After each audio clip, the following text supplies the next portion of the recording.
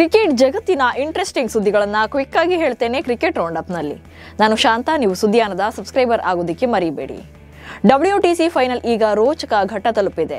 Australia ತಂಡ ತನ್ನ 2ನೇ ಇನ್ನಿಂಗ್ಸ್ ನಲ್ಲಿ 8 ವಿಕೆಟ್ ನಷ್ಟಕ್ಕೆ 144 ರನ್ಗಳನ್ನು ಕಲೆ ಹಾಕಿದೆ. 118 ರನ್ಗಳ ಮುನ್ನಡೆ ಸಾಧಿಸಿದೆ. ಆಸ್ಟ್ರೇಲಿಯಾದ ನಾಯಕ ಪ್ಯಾಟ್ ಕಮಿನ್ಸ್ ದಾಳಿಗೆ ತತ್ತರಿಸಿದಂತ ದಕ್ಷಿಣ ಆಫ್ರಿಕಾ 138 ರನ್ಗಳಿಗೆ ಆಲ್ಔಟ್ ಆಗಿ 74 ರನ್ಗಳ ಹಿನ್ನಡೆಯನ್ನು ಅನುಭವಿಸಿತು. 2ನೇ ದಿನದಾಟದಲ್ಲಿ ಕೂಡ ಬೌಲರ್ಗಳ ಕೈ ಮೇಲಾಗಿದೆ. ಆಸ್ಟ್ರೇಲಿಯಾದ ನಾಯಕ ಪ್ಯಾಟ್ ಕಮಿನ್ಸ್ 6 ವಿಕೆಟ್ ಪಡೆದು ಮಿಂಚಿದ್ರೆ ಆಸೀಸ್ 2ನೇ ಇನ್ನಿಂಗ್ಸ್ ವೇಳೆ ರಬಾಡ ಹಾಗೆ ಲುಂಗಿ ಎನ್ಗಿಡಿ ತಲಾ 3 ವಿಕೆಟ್ಗಳನ್ನು ಬೇಟೆಯಾಡಿದರು. WTC ಫೈನಲ್ನಲ್ಲಿ ಆಸ್ಟ್ರೇಲಿಯಾದ ನಾಯಕ ಪ್ಯಾಟ್ ಕಮಿನ್ಸ್ ಹೊಸ ಇತಿಹಾಸ ನಿರ್ಮಿಸಿದ್ದಾರೆ. ಕಮಿನ್ಸ್ ಅದ್ಭುತ ಬೌಲಿಂಗ್ ಪ್ರದರ್ಶನದಿಂದಾಗಿ ದಕ್ಷಿಣ ಆಫ್ರಿಕಾ ತಂಡ ಕೇವಲ 138 ರನ್ಗಳನ್ನು ಮಾತ್ರ ಗಳಿಸಿತು. ಕಮಿನ್ಸ್ ಒಂದೇ ಇನ್ನಿಂಗ್ಸ್ನಲ್ಲಿ 6 ವಿಕೆಟ್ಗಳನ್ನು ಪಡೆದು 148 ವರ್ಷಗಳ ಟೆಸ್ಟ್ ಕ್ರಿಕೆಟ್ ಇತಿಹಾಸದಲ್ಲಿ ಹೊಸ ದಾಖಲೆ ಬರೆದಿದ್ದಾರೆ. ಇದು ಲಾರ್ಡ್ಸ್ನಲ್ಲಿ ವಿದೇಶಿ ನಾಯಕನ ಅತ್ಯುತ್ತಮ ಬೌಲಿಂಗ್ ಪ್ರದರ್ಶನ ಆಗಿದೆ. ವಿಶ್ವ ಟೆಸ್ಟ್ ಚಾಂಪಿಯನ್ಶಿಪ್ ಫೈನಲ್ನಲ್ಲಿ ದಕ್ಷಿಣ ಆಫ್ರಿಕಾದ ವೇಗದ ಬೌಲರ್ ಆಗಿರುವಂತಹ ಕಗಿಸೋ ರಬಾಡ ಅದ್ಭುತ ಪ್ರದರ್ಶನ ನೀಡುತ್ತಿದ್ದಾರೆ. ಮೊದಲ ಮತ್ತು 2ನೇ ಇನ್ನಿಂಗ್ಸ್ಗಳಲ್ಲಿ ಉಸ್ಮಾನ್ ಖ್ವಾಜಾ ಹಾಗೆ ಕ್ಯಾಮರೂನ್ ಗ್ರೀನ್ ಅವರನ್ನು ಒಂದೇ ರೀತಿಯಲ್ಲಿ ಔಟ್ ಮಾಡುವ ಮೂಲಕ ಗಮನ ಸೆಳೆದಿದ್ದಾರೆ. ಮೊದಲ ಇನ್ನಿಂಗ್ಸ್ನಲ್ಲಿ ಆಸ್ಟ್ರೇಲಿಯಾದ 5 ವಿಕೆಟ್ಗಳನ್ನು ಉರುಳಿಸಿದಂತ ರಬಾಡ ಇದೀಗ 2ನೇ ಇನ್ನಿಂಗ್ಸ್ನಲ್ಲೂ ವಿಕೆಟ್ ಬೇಟೆ ಮುಂದುವರೆಸಿದ್ದಾರೆ. ಭಾರತ ಮತ್ತು ಇಂಗ್ಲೆಂಡ್ ನಡುವಿನ 5 ಪಂದ್ಯಗಳ ಟೆಸ್ಟ್ ಸರಣಿ ಶೀಘ್ರದಲ್ಲೇ ಆರಂಭವಾಗಲಿದೆ. ಈ ನಡುವೆ ಮಾಜಿ ಇಂಗ್ಲೆಂಡ್ ನಾಯಕ ಮೈಕಲ್ ವಾನ್ ಭಾರತ ತಂಡ ಇಂಗ್ಲೆಂಡ್ನಲ್ಲಿ ಮತ್ತೊಮ್ಮೆ ಸೋಲನ್ನು ಎದುರಿಸಲಿದೆ ಎಂದು ಭವಿಷ್ಯ ನುಡಿದಿದ್ದಾರೆ. ಇಂಗ್ಲೆಂಡ್ ತಂಡದ ಮಾಜಿ ನಾಯಕ ಆಗಿರುವಂತಹ ಇವರು ಭಾರತ ಇಂಗ್ಲೆಂಡ್ನಲ್ಲಿ 14 ಟೆಸ್ಟ್ ಸರಣಿಗಳನ್ನು ಸೋತಿದ್ದು ಇದೀಗ ಜೂನ್ 20ರಂದು ಮತ್ತೊಮ್ಮೆ ಸೋಲಲು ಬರ್ತಾ ಇದೆ. ಮತ್ತೊಮ್ಮೆ ಇಂಗ್ಲೆಂಡ್ ಟೆಸ್ಟ್ ಸರಣಿಯನ್ನ ಗೆಲ್ಲುತ್ತೆ ಎಂದಿದ್ದಾರೆ. Mumbai south central Maratha Royals ತಂಡ T20 ಮುಂಬೈ 2025ರ ಪ್ರಶಸ್ತಿಯನ್ನು ಗೆದ್ದುಕೊಂಡಿದೆ.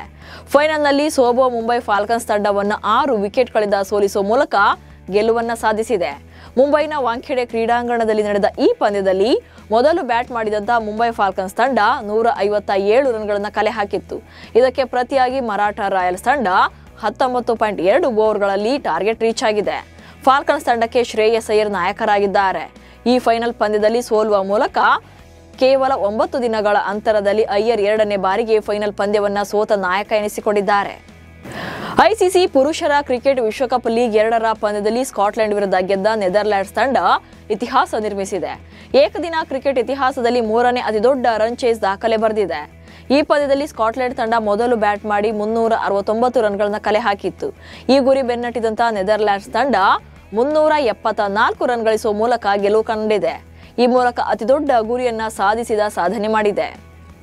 ಬಾಂಗ್ಲಾದೇಶ ಕ್ರಿಕೆಟ್ನಲ್ಲಿ ದೊಡ್ಡ ಬದಲಾವಣೆಯಾಗಿದೆ. ಬಾಂಗ್ಲಾದೇಶ ಕ್ರಿಕೆಟ್ ಮಂಡಳಿ ಮುಂದಿನ 12 ತಿಂಗಳ ಕಾಲ ನಜ್ಮುಲ್ ಹುಸೇನ್ ಶಾಂತೋವ್ ಬದಲಿಗೆ ಮೆಹದಿ ಹಸನ್ ಮಿರಾಜ್ ಅವರನ್ನ ಹೊಸ ಏಕದಿನ ನಾಯಕನನ್ನಾಗಿ ನೇಮಿಸಿದೆ. BCB ಈ ಮಾಹಿತಿಯನ್ನು ಅಧಿಕೃತವಾಗಿ ನೀಡಿದೆ.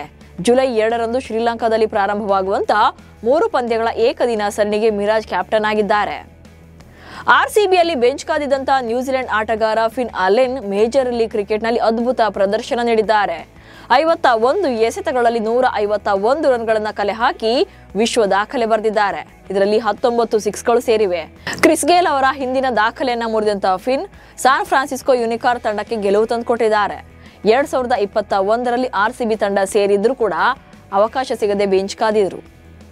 ವಿರಾಟ್ ಕೊಹ್ಲಿ ಟೆಸ್ಟ್ ಕ್ರಿಕೆಟ್ನಿಂದ ನಿವೃತ್ತಿ ಘೋಷಿಸಿದ ರೀತಿಯ ಬಗ್ಗೆ BCCI ತಪ್ಪು ಮಾಡಿದೆ ಅಂತ ಭಾರತ ತಂಡದ ಮಾಜಿ ಕೋಚ್ ಆಗಿರುವಂತಹ ರವಿಶಾಸ್ತ್ರಿ ಹೇಳಿದ್ದಾರೆ. ಕೊಹ್ಲಿ ವಿಚಾರದಲ್ಲಿ ನನಗೆ ಏನಾದರೂ ಮಾಡೋಕೆ ಸಾಧ್ಯವಿದ್ದರೆ ಆಸ್ಟ್ರೇಲಿಯಾ ಪ್ರವಾಸದ ನಂತರ ಅವರನ್ನೇ ನಾನು ನಾಯಕನಾಗಿ ಮಾಡ್ತಾ ಇದ್ದೆ ಎಂದಿದ್ದಾರೆ.